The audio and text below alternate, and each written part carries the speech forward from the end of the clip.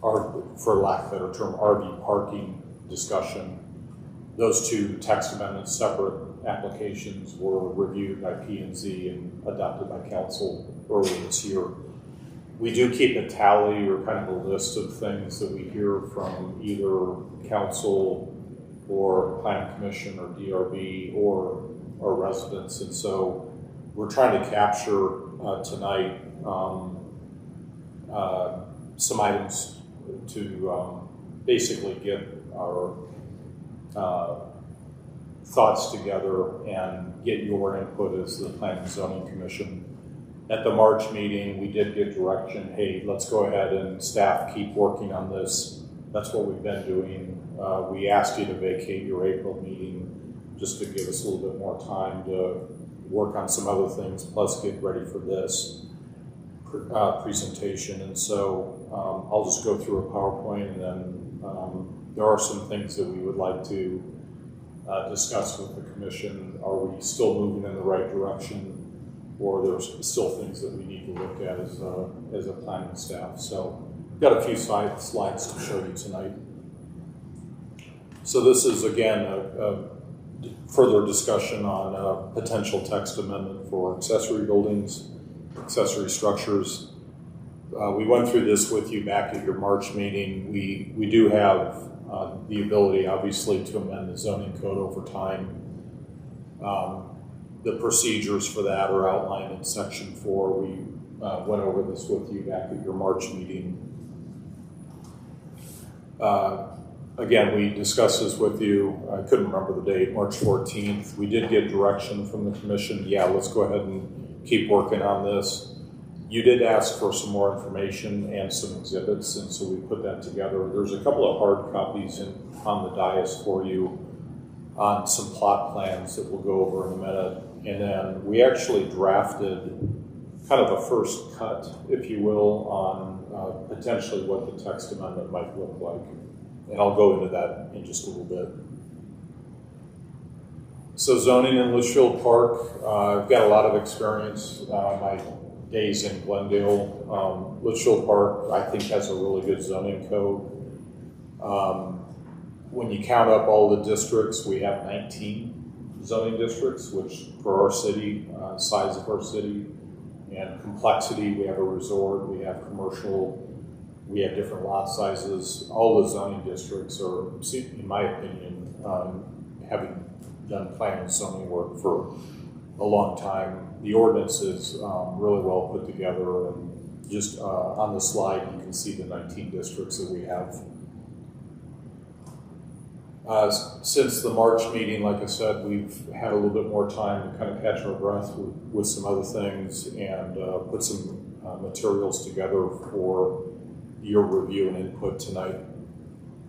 I'll go over the staff report in just a moment, and then just because I think all of us are visual, one of the asks that we had in March was, hey, can you give us some plot plans or some maps to look at? And so those are hard copies that we put together that are provided in front of you.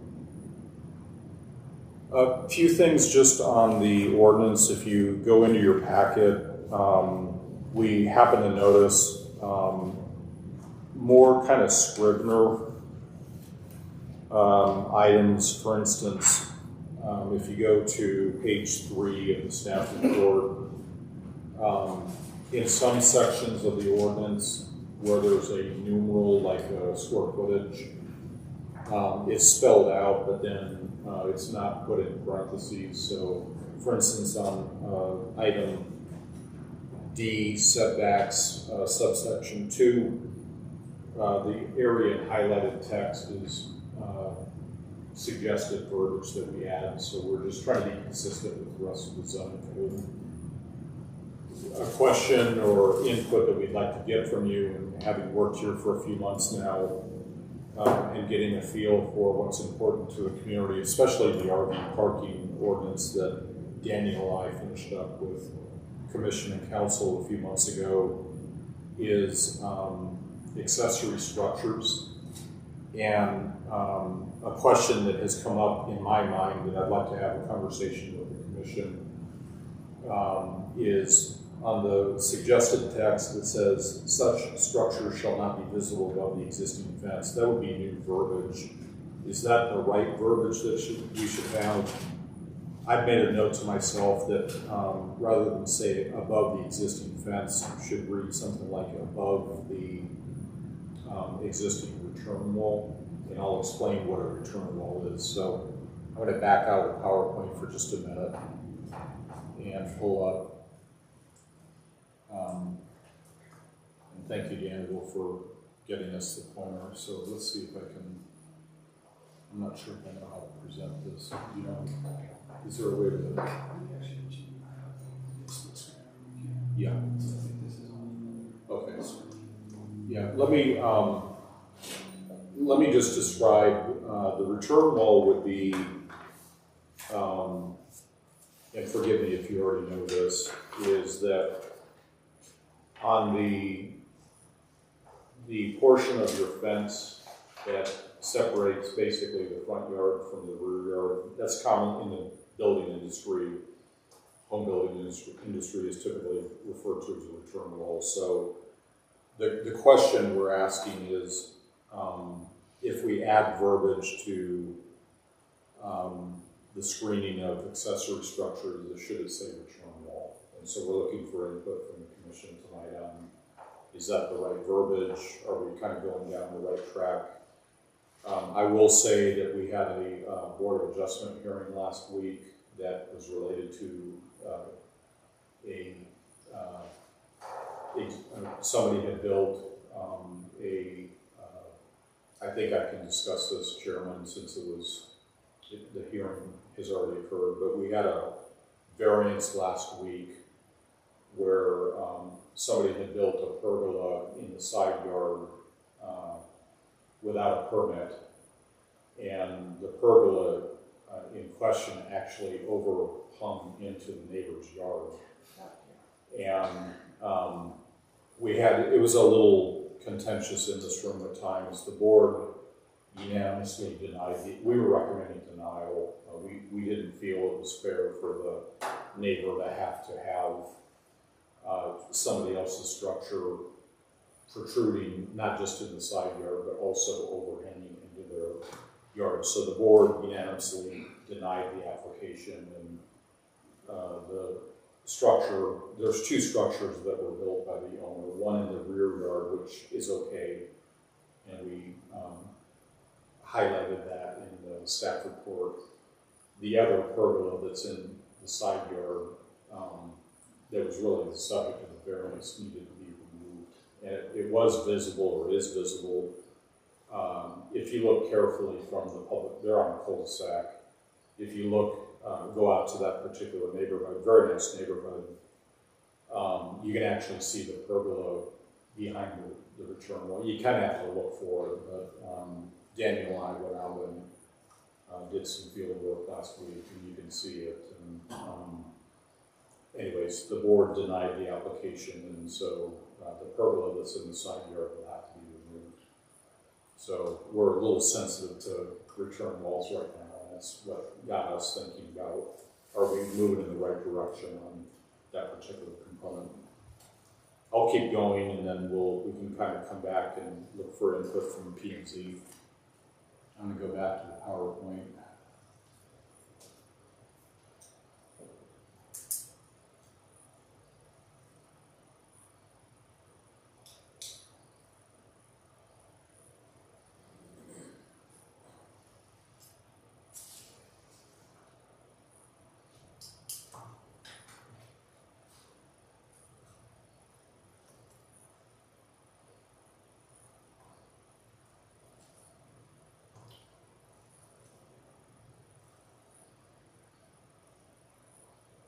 So we covered the numerals, covered the accessory structures from public view.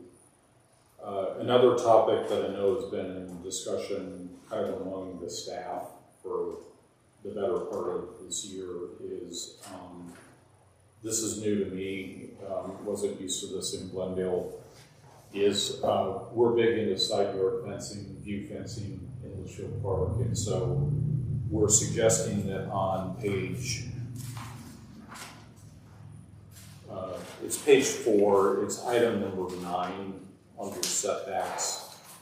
We're suggesting new verbiage that says parking is not permitted parallel to side yard view fences. And so that's an area where if somebody has a side yard view fence, we're suggesting that people shouldn't be parking a vehicle there where it's visible from an adjacent property owner. So we'd like your input from that if we're moving in the right direction on that as well.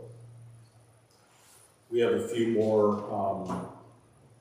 areas where, again, we're trying to be consistent for, if we've got a 10-foot setback, we would just put in the numerals in parentheses just for consistency with the code.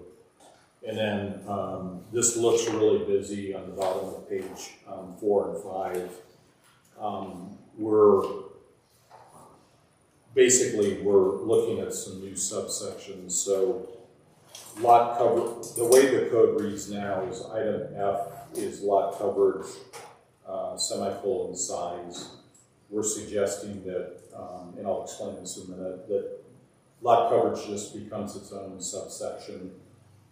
And we're asking the commission, because we hear this from some of our constituency base, should the lot coverage be increased from 25 feet to say 25% to 30%. So we'd like your input on that tonight. And then we struck the area where it gets into the size of the accessory structure, and we're suggesting that subsection G just be size, and then architecture would be moved down to the next letter H, and then we get into building permits, and I'll talk about the building official. That would be item number I, or subsection I. So a little bit of a restructuring. I don't think it's substantial, except for some input that we'd like from the commission is, and this came up at our March meeting, is we have a lot of large lots in Litchfield Park. Should somebody that lives on one of the larger lots or estate lots be allowed a larger accessory structure? So on the bottom of page 4, we're suggesting some new text that in R16, R18, and RC zoning districts, that the size of an accessory structure be stay at 500 feet. But in the larger lot zoning districts, the RE, R1, and R115, that maybe that number gets bumped up to 750. And again, we're looking for input. Are we moving in the right direction? Is that too big for an accessory structure? And that kind of gets into the plot plans. These are to scale. And on the first one is the R1, which is the larger lot size and theoretically a larger house. In this scenario, the accessory structure, and this is again just hypothetical, the accessory structure would be up to 750 square feet. If you look at the table, item B, under setbacks, it would still require a 15-foot side yard for an accessory structure. So it wouldn't be like the neighbor would have to look at, a pretty large accessory structure, say 5 feet off the side yard. And then we still are, our standard today is a 10-foot separation between the main house and an accessory structure. So item D is in dog, that still stays at 10. The rear yard setback in this scenario would not change, it would still be 35 feet. So the accessory structure would have to stay within the building envelope. And really the only change is, should that number be increased from 500 to 750 max. Then on the second plot plan is for more of our, I guess I would call it standard lot sizes, R18. This one, again, it's a scenario of roughly a 1,750 square foot house, a 500 square foot accessory structure. The side yard setback would be 12 feet for the accessory structure. the rear yard would be 25 feet. For the main house, it would be 5 feet for, you have to kind of look at the subsection up there. C1 would be 5 feet. So we'd still maintain the, this one, we're suggesting that maybe on the smaller lots, the 10-foot separation between main house and accessory structure would be 5 feet versus 10. That's kind of what we're hearing from some of our residents, and we're really looking for commission input. Is that something we want to entertain, or should we keep it at 10 feet? And then the rest of the setbacks would just stay consistent with the base zoning district.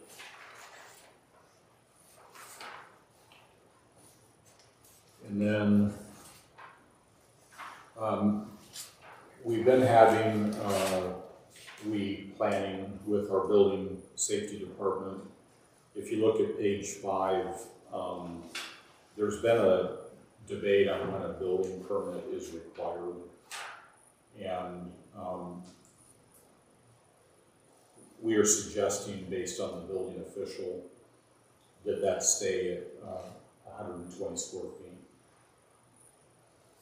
So anything 120 square feet or less would not require a building permit, but anything larger than 120. That's pretty strict standard across the board in Arizona, so we would keep that at 120. I know we've had some hallway conversations, should that number be bigger, but the building official, for now, he's going through some building code updates that he's working on independent of this exercise. He would feel more comfortable if we just kept this at 120. So that's our presentation. We're really, nothing's cast in stone here. We're really looking for your input tonight, and then depending on if we're moving in the right direction, we'll come back again. At a later meeting, we'll do the chair, vice chair agenda item, and then we would come back with some refined information based on what we heard tonight from the commission. So with that, we'd be happy to answer any questions. Regarding the situation you were talking about earlier about the overhang on the pergola, Yes. was it a very large covered top? And do we have something in this that restricts that now? I mean, because you can have a huge overhang and still be within the setbacks on here.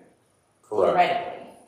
Yeah. I don't know how good that would look. Design review board probably wouldn't like that, but in theory, it's possible, right? I can answer that real quickly. Okay. It was a very large structure that literally was hanging over the neighbor's yard. So it would have really been, and they were asking for a 0 setback variance, and it should have been 0 plus -3 maybe. I mean, they were out into the neighbor. And anyway, it was an interesting meeting. So that one's not really a good example to what we're trying to look at. That one, once people really got a good look at the photos and got an idea, and the problem was the only person that could really see it was the neighbor that was injured the most. The fact that nobody else can see it, and people were testifying, well, you can't see it from the street or the golf course or anywhere else. Yeah, but you can really see it in the neighbor's backyard, and the code says it can't be there. You know, so it was one of those kind of things. But anyway, go ahead. Okay, I just want to make sure that we're somehow covered, so, like I said, in theory, someone could possibly do something that would look a little bit bizarre and still maintain these setbacks. Chair and Commissioner Albee, thank you, Chair, for providing that input on what happened last week. So that probably is not a good example. The side yard setback, the house was built in the early 2000s, I believe, so it's a fairly new subdivision, and the main house met the setback, obviously. Not to belabor that particular case, but the pergola that was the, I'll call it that, as perpetrator, should not have been in the side yard, and so, as the chair said, that side yard setback was a minimum of 5 feet. And the owner went ahead and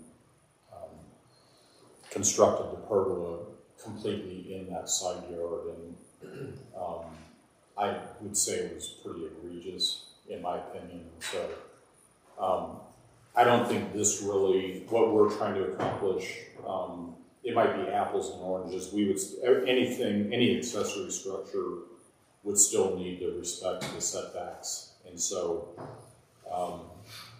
yeah, I don't see us going down that path. Obviously, we have like the neighborhood to the east, just east of the library and north of the library is 0 lot line. That's one thing. But in a traditional neighborhood that's got, say, 5 and 10 foot side yards or 7 and 7 side yards, then those setbacks need to be respected. Okay. Yeah. And I know that like along the view fences, there's no parallel parking with the new verbiage, which I think is wonderful. We still do have in place the no parking in the backyards, unless it's in a garage or structure. Okay. I wanted to make sure that that didn't go away, because I know that our parking is sort of all over the zoning code and in different sections and all of that. Chair, Commissioner Elby, yeah, as we're spending more time with the code compliance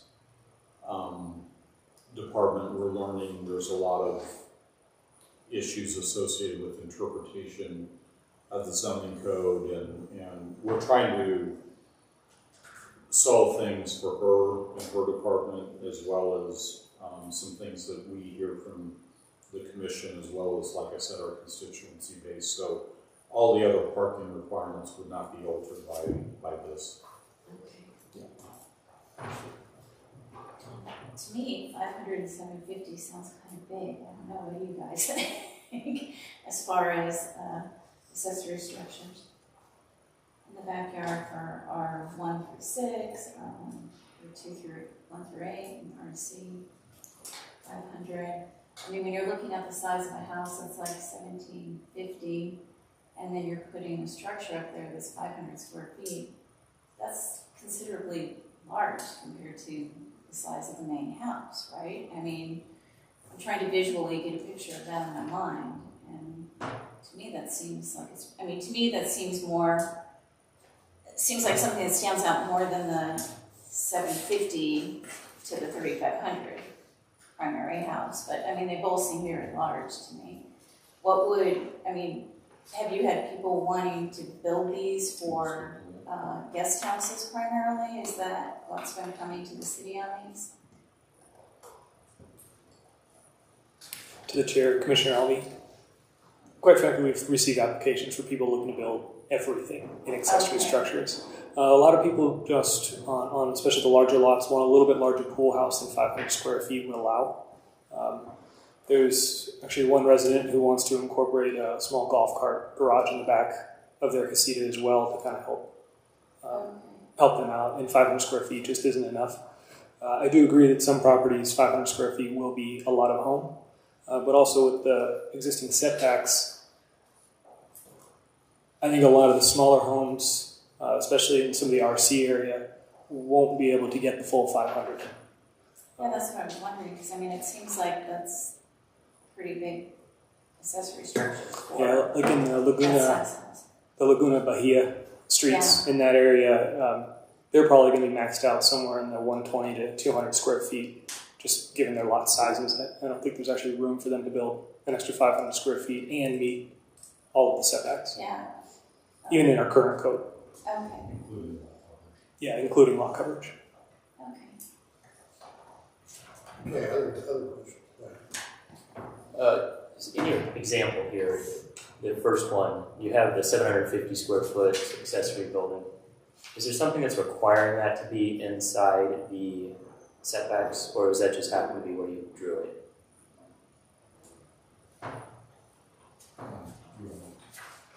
Okay. Because I was looking at the way this code is drafted, I didn't see any requirement for that to be inside the setbacks, so I was just making sure I wasn't missing something. Chair, Commissioner Faith, that this was really intended to Yeah, I think it's doing garner the input back and forth.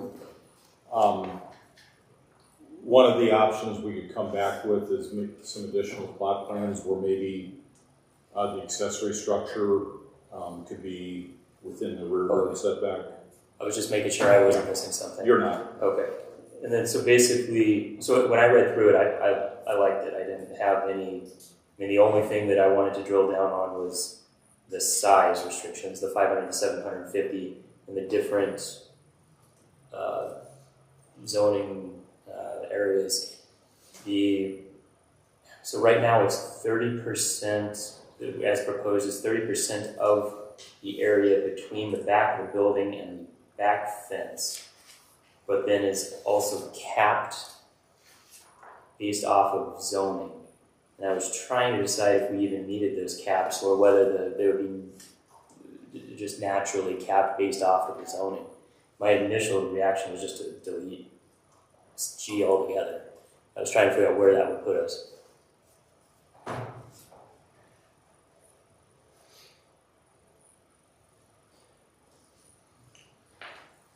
Chair, Commissioner Fate, we can certainly look at that and come back, do some more analysis and come back. Yes, go ahead. Yeah, to add on to that, my potential suggestion was maybe having some language that when you're outside the footprint, the max is 500 square feet, but if you bring it into the building envelope, I don't even know why it would be maxed from there. It's kind of what you're saying.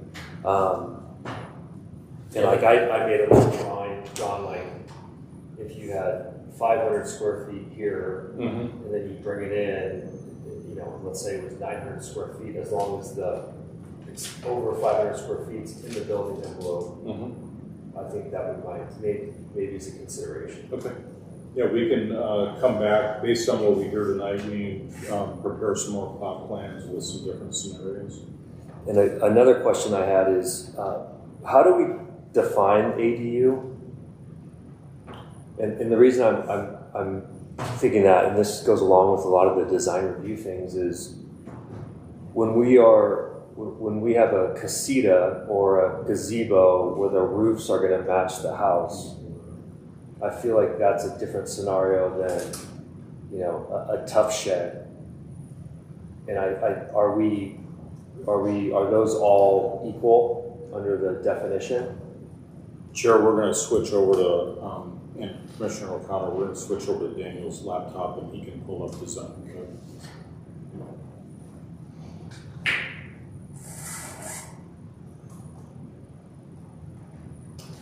Commissioner O'Connor to the chair. Accessory dwelling unit is a dwelling unit on the same lot with, a dwelling unit on the same lot with and of a nature customarily incidental and subordinate to the principal use of the land or building and located on the same lot with such principal use or building. Yeah, I think we might want to consider there being a difference between a casita that we're matching all the aesthetics of a house versus shed. And some of these considerations of a larger, you know, if it's going to be larger, I would want it to match the house. I think we've all seen sheds in the back of yards that people are certainly they're purview to do that, but it's not always the best looking aesthetically. So that's just a thought I had. I do think 5 feet on the second exhibit, you had 5 feet between the secondary dwelling and the primary dwelling. I think that's probably too narrow. Okay. Just again, being involved in different projects, I I would probably keep it at 10, maybe 8 feet, but I think 5 is too narrow, in my opinion. Yes, go ahead. looked at the drawing for the R8, that 500 square feet in the back, I wasn't sure if that, it looks like there was no new fencing on that lot to consider. And maybe the R1 did not have new fencing, but I wasn't clear if any of that perimeter had new fencing. The other thought was where it says under CF,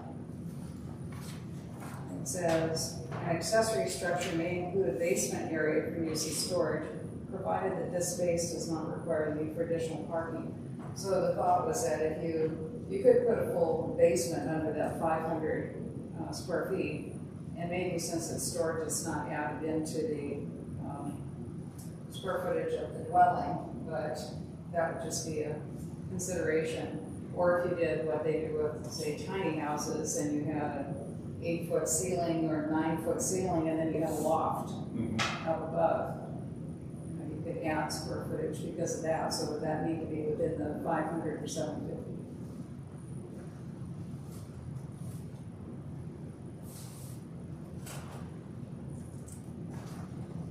Chair, Commissioner Lawrence, not to cut you off, but maybe on the next time we come back, we'll do some more plot plans that does have a side yard view fencing, just to keep the discussion going. Okay. Yeah, go ahead.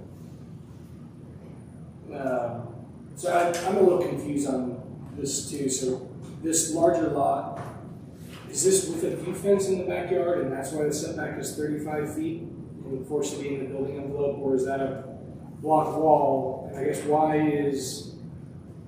is it more restrictive to build on a large lot than it is a small lot? So the small lots have a 5-foot setback in the rear. 35 feet is, that's 7 times the setback. That seems excessive.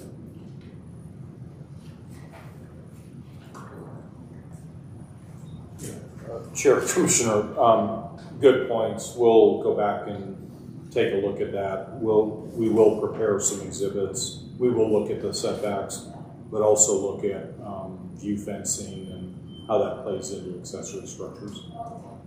And then another question, so the increasing from 25 to 30% lot coverage, so that's taking an average lot size of 10,000 square feet.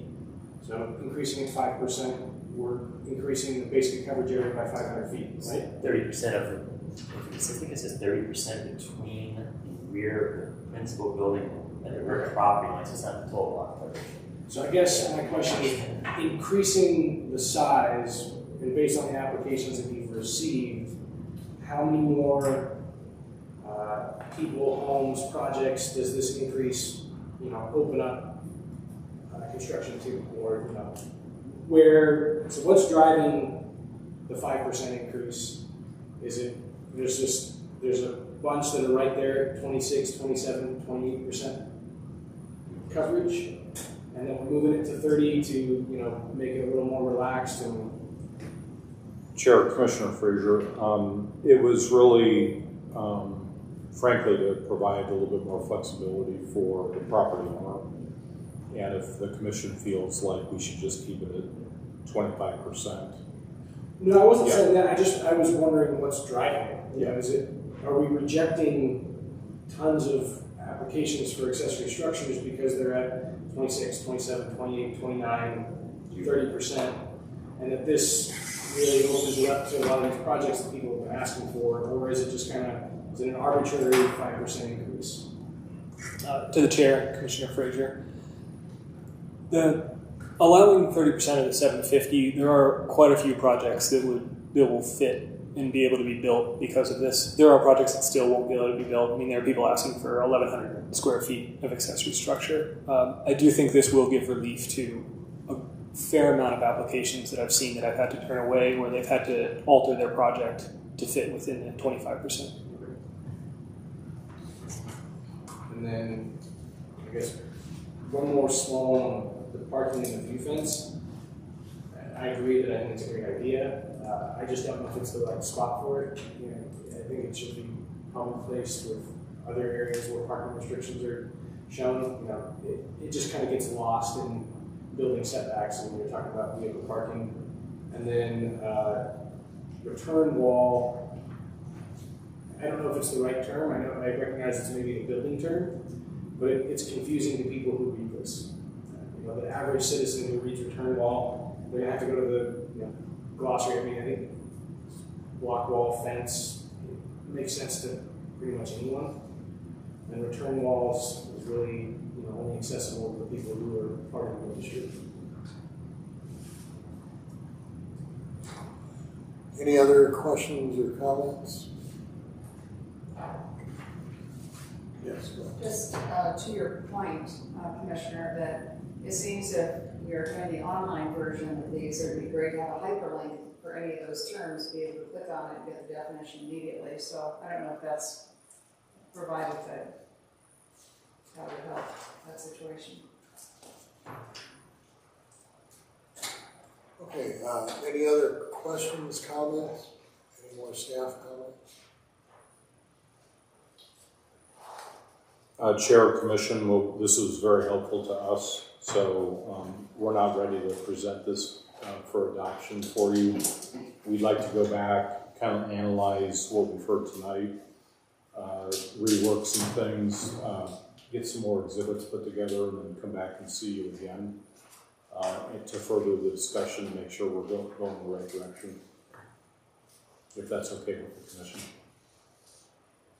Yeah. Okay. Okay, well, it sounds like we are ready to move on. The next item of business here is executive session. We're not going to have one of those. The next thing is staff report on current events.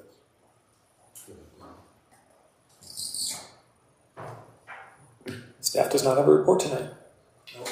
Can I make a comment or a question? I know that current events deal with things going on around here, and I know that over on the Wigwam Patriot Course currently, the lake that is over there is being completely drained. And I was wondering if anybody happened to know why, because I know that that was an area that in 2014 they wanted to drain the lake and put condos up.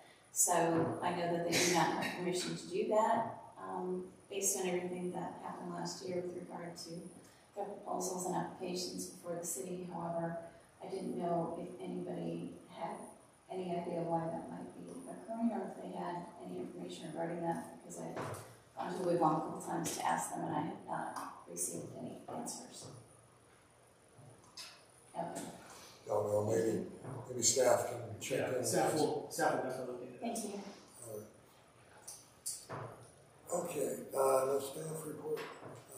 We've had we'll call that a commissioner's report. Did you have any, at this point we have commissioner's report on current events. So That was it. That was your answer. Okay. Did you have it? No. Okay. I don't have it. None. No? Okay, with that, is there a motion to adjourn? We adjourn? All those in favor say aye. Aye. And we're adjourned.